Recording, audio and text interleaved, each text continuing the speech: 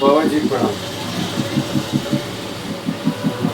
ये आप जो है, आपका संघर्ष जो है काफी पुराना रहा है, काफी पुराना संघर्ष रहा है। पुराना तो हो ही गया, मतलब 25 साल की उम्र में हम निकले थे। अच्छा, 25 साल से उम्र में निकले। हाँ, 25 साल। अच्छा, आप एक बात बताइए, ये समाज है, आप जब घर अपनी बिरादरी से ओपन निकले, जब आपका ब्रह्मांड खुला है, तो बिरादरी के लोगों ने, रिश्तेदार लोगों ने, मुल्लाओं ने तो बड़ा जो है कहा होगा कि जो है ये क्या कर रहे हो, इसके बारे में बताइए आप। उन्होंने कहा तुम काफिर हो गए हो। अच्छा। और तुम दीन से निकल गए हो। अच्छा। लेकिन ऐसा कुछ नहीं है। अच्छा। क्योंकि तौरात में आया है। अच्छा। कि अल्लाह ताला ने जो है अच्छा। मिट्टी के 2 पुतले बनाए। अच्छा। और उसकी नाक में फूंक मारी और वो जीते जागते इंसान बने, जिनको हम इबोरेटिव कहते हैं इंग्लिश में, जिनको हम बाबा आदम बीबी हवा कहते हैं अरबी में, और जिनको मनुष्य रूपम हिंदी में कहते हैं। अच्छा। यानी सृष्टि के आरंभ में हम वही थे और उन्हीं से जो है हम सब पैदा हुए। और अल्लाह ताला ने जो फूंक मारी है मिट्टी के पुतले के अंदर है, वो फूंक हमारी श्वास है। शरीर ये मिट्टी का है, मिट्टी में लास्ट में मिलाया जाता है। और इस फूंक का इल्म जो है गुरु के बगैर नहीं होता है। इसके लिए कहा है कि जो बात दवा से बन न सके वह बात दुआ से होती है।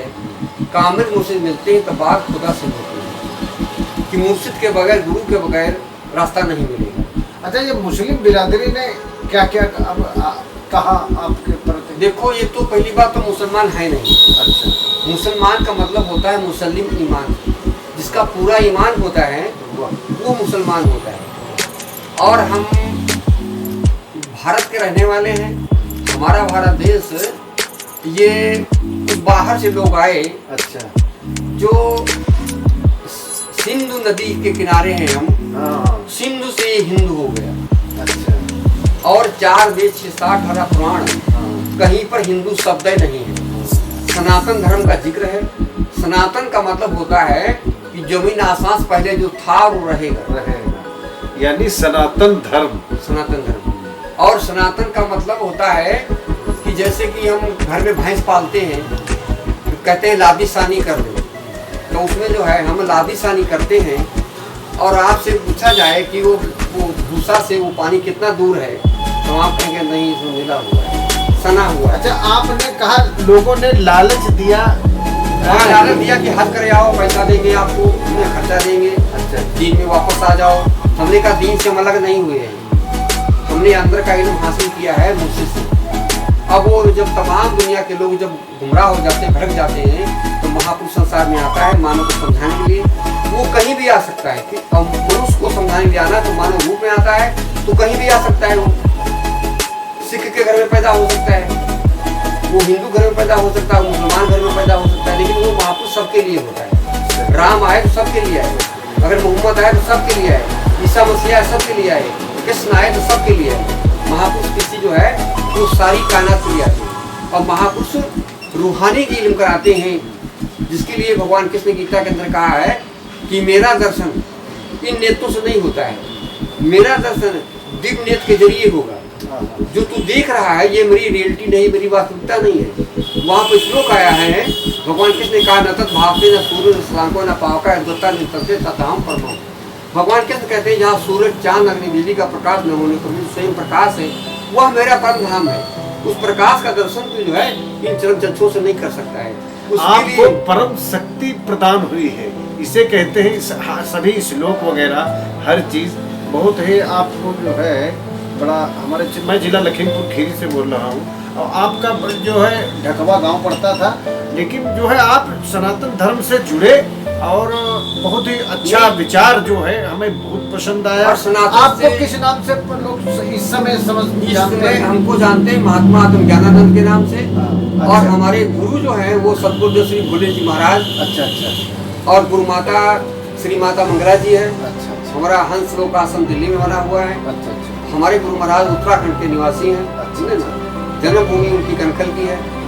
तो उन्होंने उनके कदमों में जा करके हमने जो है वो रूहानी इल्म को हासिल किया है। और जिसके प्रचार प्रसार। अच्छा, एक चीज और है, गुरु जी से हम भी जुड़े हैं, बड़ा जो है पहली बात जो है शुद्ध वातावरण, खाना पीना उल्टा सीधा ये गलत होता है, मीट मछली दुनिया नौटंकी ये सब दारू ये जो है ये सब लोगों को बर्बाद कर देता है। अब हमारे नौगवा में ओमकार जी थे, इतना दारू पीते थे, आपसे जुड़े और वो संत हो गए थे। अब आज वो दुनिया में नहीं, किसी तरीके से उनकी मृत्यु हो गई, लेकिन आपके बहुत बड़े वो ज्ञानी थे।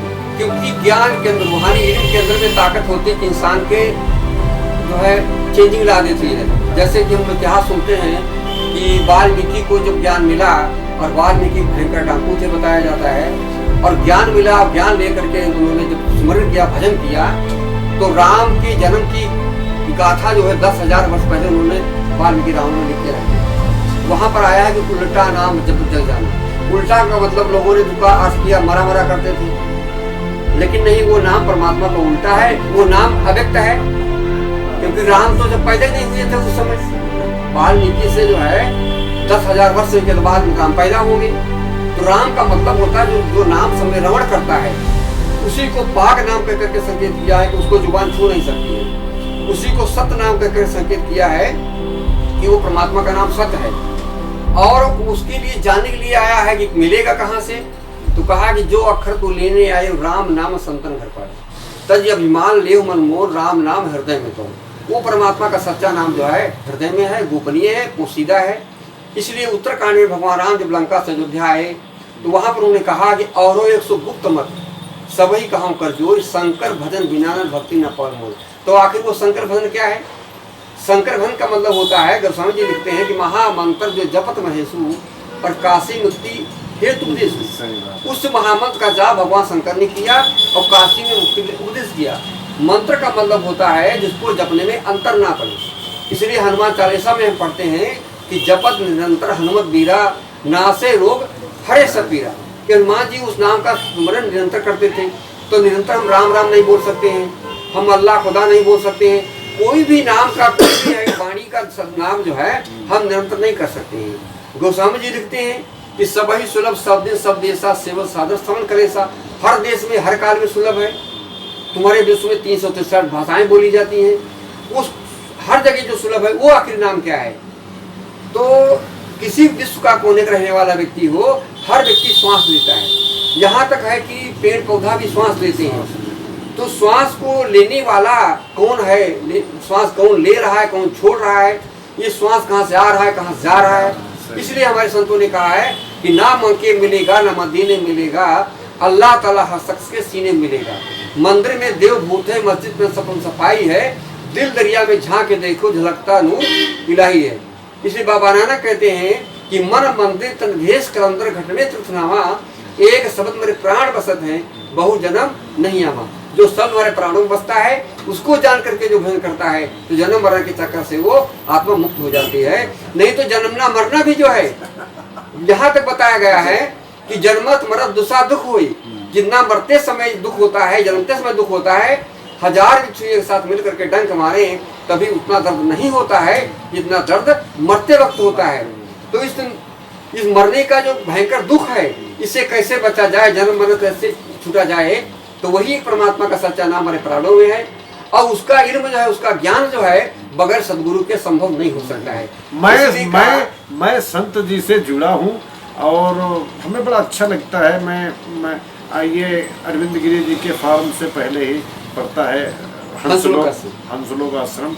और सबसे बड़ी बात है कि बाबा जी जो है आपका बचपन जो है कि क्या योग्यता थी आपकी, कितना पढ़े हैं आप? हम तो अंगूठा लगाते हैं, पढ़े नहीं, कुछ नहीं है। बाबा जी पढ़े लिखे नहीं है, लेकिन ये गुरु जी का आशीर्वाद है। हरे कृष्ण राधे, हरे कृष्ण राधे, जय हो। अच्छा यार,